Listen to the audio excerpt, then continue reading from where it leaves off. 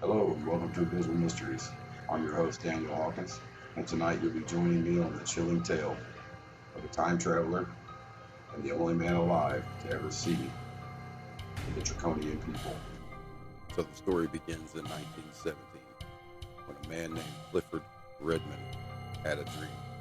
At 13 years old, he had the first dream and was the first man to ever see the Draconian people. After the dream, he really didn't think much of it. Day-to-day life went on. Things were quite the same. It wasn't until the fourth time that he had the dream that he began to worry. In this version of the dream, he not only seen the end of the world, but the creatures who caused it. Now, Clifford Redmond was no ordinary man. He was a wealthy man that made the majority of his money in the oil industry.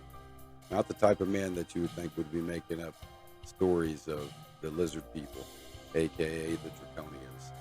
However, one day, he confessed his sins to a Redmond had reported having the dream to a psychologist over 2,000 times, each at different times, showing a different memory of the same event, sometimes in different eyes, and sometimes from different people.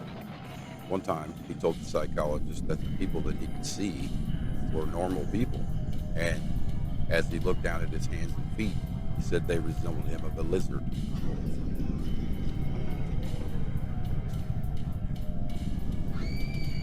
He really didn't want to know what to make of it, and the psychologist didn't either. The only thing that he did know was that the events that he'd seen that had in the dream were starting to come true. Redmond began seeing things, people, faces. He thought nearly everyone at the end of his lifespan was a reptilian, as he called them, better known as the Draconian people. And the farther he looked, the evidence became true. Nearly every culture in the world had some sort of reptilian culture myth, ancient legend, 95,000 years ago, 85,000 years ago. The Draconian people span the entire history of the United States of America even. Even the Native American people believed in the Draconian people. So what he began to uncover was shocking. Redmond had begun to uncover the truth behind the Draconian people.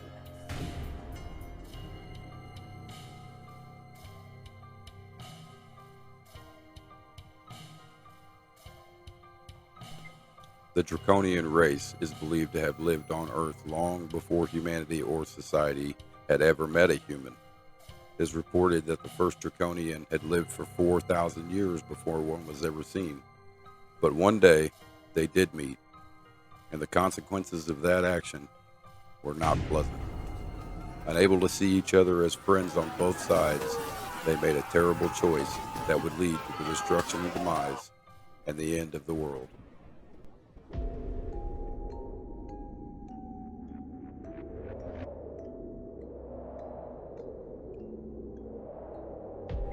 In a time when the earth was young, and the line between myth and reality were blurred, a great battle between the humans and the Draconians had begun. The conflict was brutal, the clash of civilizations fueled by fear and misunderstanding. The Draconians, the ancient guardians of the earth, were eventually forced to retreat underground amidst their loss in several great battles to escape the relentless onslaught of humanity, as the war had nearly killed everyone on both sides.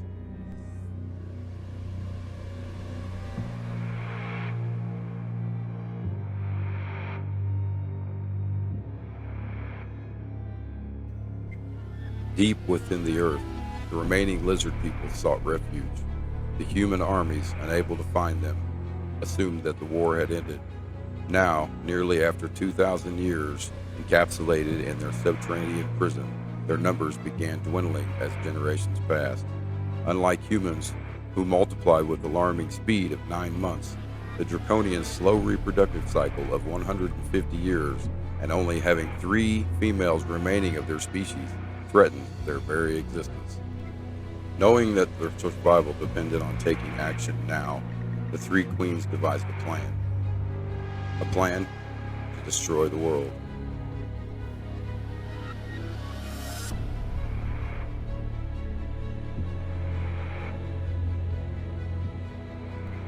Having no choice at this point, numbers dwindling fast, the Draconian people had no choice but to send their fiercest protectors, unparalleled with skill, strength, and intelligence and abilities, to the surface.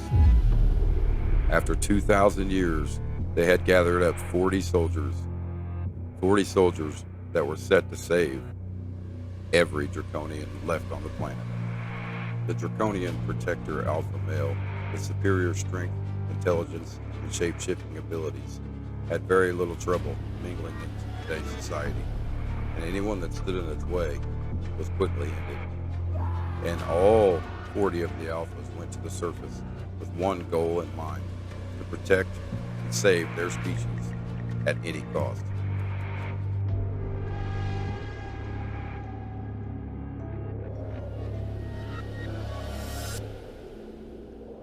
For centuries, the lizard people remained hidden, their presence whispered secret among those who dare believe in the supernatural.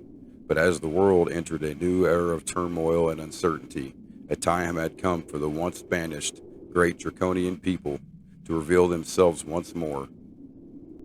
With their ability to infiltrate human society undetected, the Alpha Warriors began to manipulate the course of history, pulling the strings of power from the shadows, quickly going to the top positions of power: presidents, mayors, judges, both foreign and abroad, with one goal: to cause the destruction of the planet through nuclear annihilation.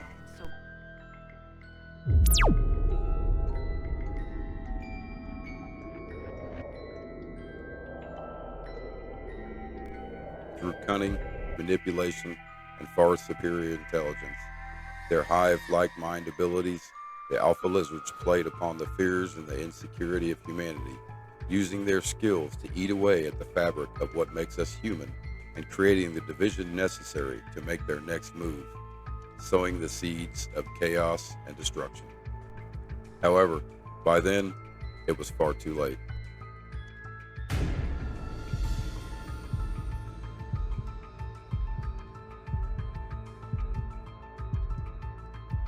The humans had no idea of the Draconians' involvement. Thinking this as another conspiracy theory, they believed in their government's plans for war. As no one questioned it, the war happened, and the Draconians' plan was an astounding success.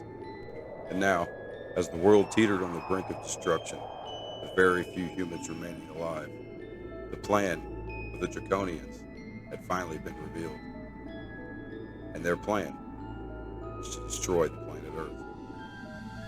The Draconians had lost the battle 95,000 years ago in what is now England, but the war was far from over. For in the end, it is not the strength of the armies or the might of the empires that determine the course of history, but the timeless struggle between truth and legend, between the seen and the unseen, between humanity and the legendary, mysterious Draconian People. Alrighty, thank you for joining the Visual Mysteries tonight. I hope you enjoyed this week's episode. I've been your host, Daniel Hawkins. Please subscribe to the channel if you like this content for more so you don't miss a weekly episode. If you enjoyed this content, please give me a like and leave a comment down below to let me know what you would like to see as next week's episode.